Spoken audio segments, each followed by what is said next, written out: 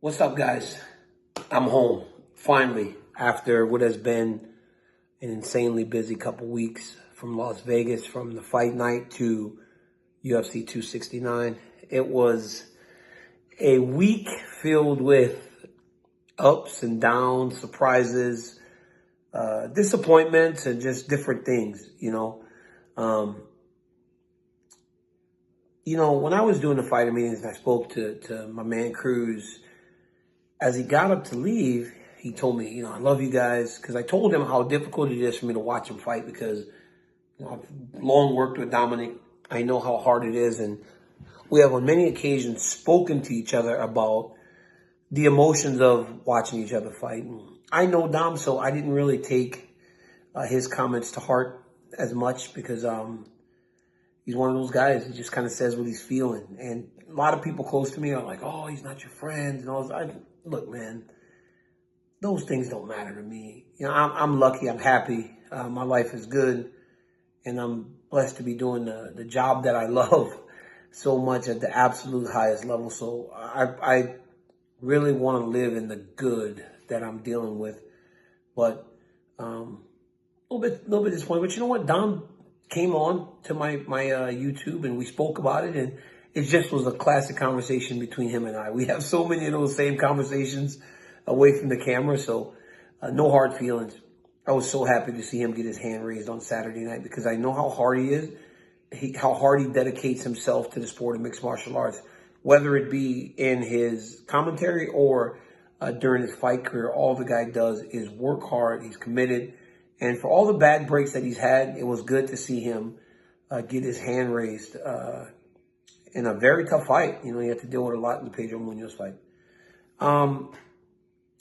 Now, let's talk about what UFC 269 was. Honestly, guys, it was legit one of the best nights that I've ever called fights. I call back to New York City when Nunes and Joanna fought, and Dillashaw, Garbrandt, and GSP versus Bisping, being probably the most fun night I've had because the finishes were so crazy and the things that happened were so crazy. Last weekend matched up to that. It was so difficult for me to even think that something could be or mean as much as the fights in New York did, but this one was crazy. The energy was nuts from the very beginning of the night. From the first fight to the last fight, the crowd was insane. Now, what you guys don't understand, if you haven't been to a live UFC event since the pandemic, is that every single time there's an event, it feels like people are let off punishment, right? Because we spent so much time at home now that when you are allowed to go to something like the UFC, the energy in the arena is madness. And I'm talking, people are there early, even in Las Vegas. I remember when I would fight, my wife and them would tell me that people weren't getting to the arena till the main card was starting. People get there early now. It's like an appreciation for live events is at an all-time high. People were going absolutely mad. And then the prelims delivered, right? Tai Tuivasa had a sick knockout. Augusto Sakai laid there, no lie, for 10 minutes. 10 minutes, I'm looking. You guys don't see that, right? Because the TV will, the production team will purposely keep it away from Augusto to make sure that he's okay. But the whole time, as Ty's celebrating, Rogan, myself, and Eric, we're looking at Augusto. They're waking him up after being knocked out so badly by Tai Tuivasa. It was Ty continuing to evolve and showing that he's just getting better and better and better. And this guy told me when he came to AKA, he didn't even know how to fight. He goes, I kind of started freestyling this thing. Like, I'm not a fighter. I didn't grow up in mixed martial arts or wrestling or anything else. He said he's freestyling. So to watch what he has become, he's now won 4 fights in a row, is really good for Tai Tuivasa. Then obviously Dominic Cruz in the Pedro Munoz fight was sick. Like, Pedro hurt him so bad early. Dom, and I mean, that was probably the most vintage performance that he's had inside the octagon since coming back from all the injuries. Even when he won the belt back from TJ Dillashaw, he still didn't look as much like Dominic Cruz like we saw on Saturday. Him look like Dominic Cruz. The Ryan Hall fight, was crazy. Now, a lot of times people talk about Rogan and you know, he's here 12 times a year. And dude, him talking me through all what was going on in the Ryan Hall fight truly allowed for me to gain an appreciation for Ryan on the ground even more. Because I know jiu-jitsu. I'm a brown belt myself. I know a lot of the transitions, but some of the things that Ryan does, it's so different to just pure classic jiu-jitsu. His nickname, The Wizard, truly does fit him because this dude was doing some crazy stuff in there. And then they asked me if I wanted to draw what he was doing on the telestrator. I had to tell the guys, like, I don't know what the fuck I'm watching. And that's not me not being prepared or anything. It's just like the guy's doing things at a different level. And it's like Joe was just talking me through those positions. And I was like, okay, I see it now. I see it. And it was good to watch. Now, his opponent's going to be very mad. And I'm sure that James Krause let him have an earful when he got back to his locker room because it was on his terms. He kept making that happen. And there were so many opportunities for him to get away from Ryan, but he kept engaging him on Ryan's terms and ultimately cost him. Sean O'Malley. I thought Sean O'Malley fought a beautiful fight against Ryan Paiva. Paiva was ranked top 15, but the moment you saw them in the octagon, Sean was bigger than him. You could tell that Sean had reached. Sean's a big guy for 135. He's long. He has tremendous stand-up. He's got a swagger and a confidence about himself that you don't get in very many young athletes like Sean O'Malley. And he went out there and he delivered. He absolutely delivered. You know, Sean and I spoke on my YouTube channel earlier in the week also. And he spoke about all those things, the way he approaches his career, the types of fights he wants to be in, what he sees down the line. And honestly, it is a credit to a young man to have that much forethought in terms of what and how he wants to approach a career that isn't easy to navigate, even for older people, right? We all usually just rush. He's taking his time. He's taking the fight provided, but he also is calling people out. He's not saying, I won't fight this dude. He called out Dom. He called out Munoz. He calls out people, but he just hasn't gotten those fights yet. But on Saturday, he absolutely delivered, and he should be ranked now. And once you're ranked, then you start to see more fighters like that. Now, one thing about O'Malley was I saw the post-fight interview, and he said something about me mentioning him looking up at the clock in the last fight. Now, if you watch fighting, and the vast majority of the times when that's happening, the guy's checking to see. I know when I was fighting, if I was looking at that clock, I was starting to get a little tired. So maybe he just has a different approach. I don't know, but the reality is I would have appreciated if him and I spoke about that on Wednesday. We were right there with each other. Like, I don't know if I'm giving a vibe where these guys don't feel like they can speak to me, but I'm here. Just talk to me. Like, just talk to me. I'm more than open to hearing any types of complaints or issues you may have with the way that I call these fights. But the reality is, when these guys are continuing to take note, it's like I'm speaking from the highest level of experience in this game. Like, I'm speaking from the absolute highest level of experience in this game. Not many have done it higher. So, appreciate it. Don't. It's up to you. But just talk to me. I'm here. Like, I'm literally here, and I'm open to any and everyone and your opinions and what you may think and how you want to deal with what you want to do. Jeff Neal had a fantastic performance. My man Saif Saud really did light a fire under his ass going into that third round, knowing that he had to go win that round against Santiago Ponzinibbio, and Ponzinibbio was fighting great. But imagine that. I tweeted this before. I go, for as good as this night has been, that was supposed to be Masvidal versus Leon Edwards. Could you imagine that being the third fight from the top when you still had Poirier, Oliveira, Nunes, and Pena? Just the thought, like, it just struck me right as I'm sitting next to the octagon.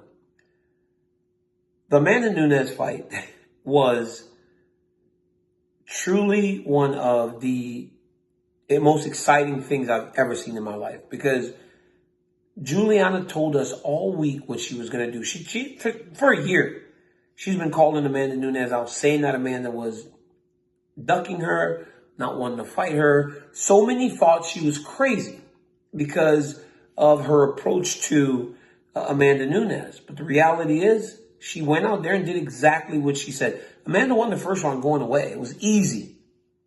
But in that second round, she literally made Amanda look like Amanda Nunes from way back in Strikeforce. She took her out of her comfort zone. She did not allow Amanda to dictate anything. And she didn't want to or wasn't willing to take a back step. And when you're not willing to take a back step, you can do anything. She got hit with some massive shots. And when Amanda saw that she couldn't get Juliana Pena out of there, guys, I'm telling you, next to the octagon, I looked at her face and it was almost like Amanda Nunes had saw a ghost. The writing was on the wall. She had saw a ghost. She was not going to get through what she was going through on Saturday night. There was no way that fight was going to end any other way than Juliana Pena getting her hand raised. And there was some doubt in Juliana after the first round. Rick Little told her something. She was like, oh, well, she's doing this.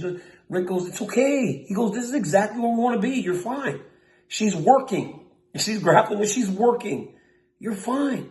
And Juliana went out there threw caution to the wind and just shocked the world.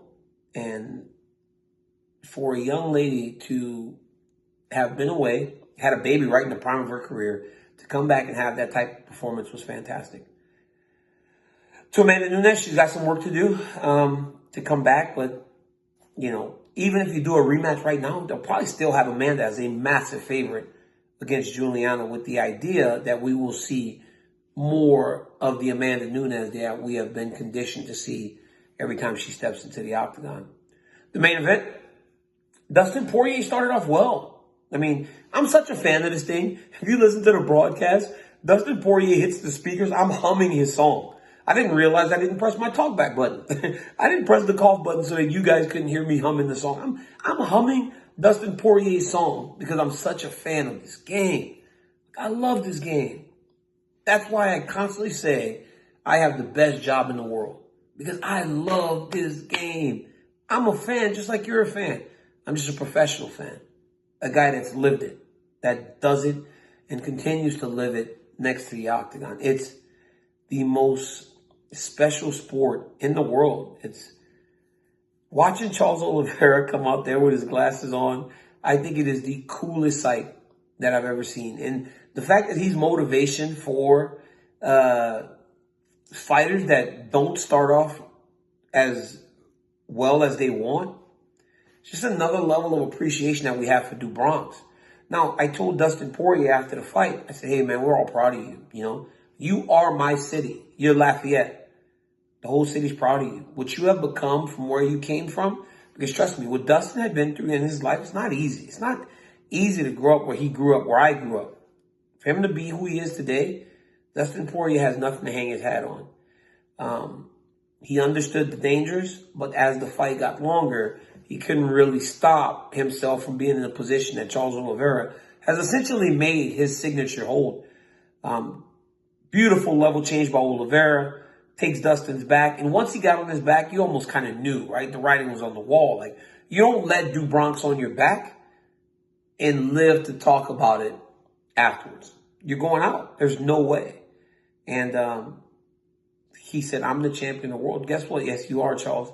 Because now you have knocked out to win the belt and you got submission to defend the belt. You're the man. He carries himself with such a swagger, man. Dude's big, tall, walks these dudes down. I mean, Dustin would hurt him. He would get up and just start walking him down again. It's like the Terminator. Dude's like the Terminator. And you can't help but feel good for him, because it looked like he was on his way out. He was 10-8 in his first 18 UFC fights. Now the dude's 20-8. He's won 10 in a row. And now he got Justin Gaethje on the line. And honestly, if the odds are let out and Justin Gaethje is the favorite, what are we watching here? How do anybody pick against Charles Oliveira after what we have seen him do? He is the absolute man, and I could not be happier for Charles. I'm lucky because when I sit to the right of Joe Rogan and John Anik, I have the absolute best seat in the house. And there is something that Joe Rogan brings to a broadcast that nobody else does. So I'm telling you guys, appreciate what we get when we get this dude on these pay-per-views, because it's a difference. And I love all of my coworkers. It's special working with every one of them. But the intrigue, the it factor that Rogan carries, the synergy that he has with John Anik, who is the absolute pro. Guys, there's never been a better guy in the UFC in that seat than John Anik. There is no play-by-play guy that has ever been better. And I don't know if the UFC will ever get one that's going to be better than John Anik. So appreciate the professionalism. When Amanda Nunes was losing, Joe and I just literally screamed and yelled like schoolgirls. Go to Joe's Instagram. It's inaudible. Somebody made a sound. I don't know where that sound came from. I don't know how two men can produce those types of sounds. Rogan and I did, but guess who still topped the fight? John Anik capped that fight. He capped the fight. In that most insane moment, John Anik can still be a professional. He's a pro's pro. We need to appreciate this man for the work that he does. And we need to appreciate Joe Rogan for what he brings to the broadcast, because there are so many situations in which Joe Rogan's walking us all through everything as a fan. And he loves this thing so much that even in this busy world that Joe Rogan lives in, he comes and he calls these fights. I mean, we're lucky. I'm lucky that I get to do it next to these dudes. And I'm lucky for the UFC. I thank Sean O'Malley. I thank Dominic Cruz for the interviews this week. I think Dana White. I mean, Dana told me so many good things in our interview. You know, he took me in and spoke to me about the future of the UFC, going back out on the road, championship moments. So many people wonder about these championship moments. And he spoke to me about it, how it's just as special to him today as it was the first time he did it. So it was a big week for me. I got a bit of a break now. Spend the holidays with my family, spend some time with my wrestling team as we try to chase down the state championship. So it's been fun. What a great year 2021 was. I could have never imagined it would have been so good. I'm not done here, guys. I'm just recapping last week's show and also just the unique perspective that I can give you from next to the octagon, because you'll get a lot of people talking about what happened at UFC 269.